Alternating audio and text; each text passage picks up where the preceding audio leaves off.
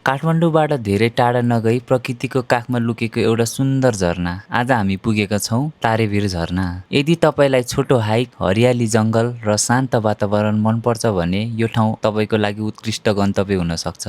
Hello and नमस्ते, welcome to my new video. I hope सबैजना सन्चै हुनुहुन्छ। आज हामी जाँदैछौँ तारेभिर झरना र तारेभिर डम्फु पार्क। हाम्रो यात्रा सुरु हुन्छ बौद्ध जोरपाटी हुँदै सुन्दाखान बसप्रागसम्म। बसप्रागबाट झरेपछि लगभग झरनासम्म पुग्नको लागि लगभग 20 देखि 25 मिनट लाग्छ र बाटो राम्रै छ। इनकेस हजुरहरू आफ्नै भेहिकल लिएर आउँदै हुनुहुन्छ भने माथिसम्मै जान्छ। बाटोभरि हरियाली जङ्गल, चराचुरुङ्गीको आवाज र ताजा हावाले यात्रा अझै रमाइलो बनाइदिन्छ। केही समयको हाइक पछि आखिर हामी पुग्छौँ तारेभिर झरना र डम्फु पार्क। वर्षायाममा झरना अझै शक्तिशाली र आकर्षक देखिन्छ। चिसो पानी, प्राकृतिक आवाज र वरिपरिको हरियालीले यहाँ वातावरण साँच्चै मनमोहक बनाउँछ। यहाँ बसेर केही समय बिताउँदा सहरको भिडभाड र तनाव सबै बिर्सिएको अनुभव हुन्छ। अनि झरनाको माथि चाहिँ डम्फु पार्क पनि छ। इनकेस हजुरहरू धेरै हिँड्न सक्नुहुन्न भने तपाईँहरूको लागि चाहिँ यो ठाउँ बेस्ट छ। धेरै पनि हिँड्नु पर्दैन, लगभग 20 देखि 25 मिनट हिँड्यो भने हामी यो ठाउँमा पुग्न सकिन्छौँ। इनकेस हजुरहरू आफ्नै प्राइभेट भेहिकलमा आउँदै हुनुहुन्छ भने धेरै हिँड्नु पर्दैन, 10 देखि 15 मिनट मात्रै हिँड्नुपर्छ।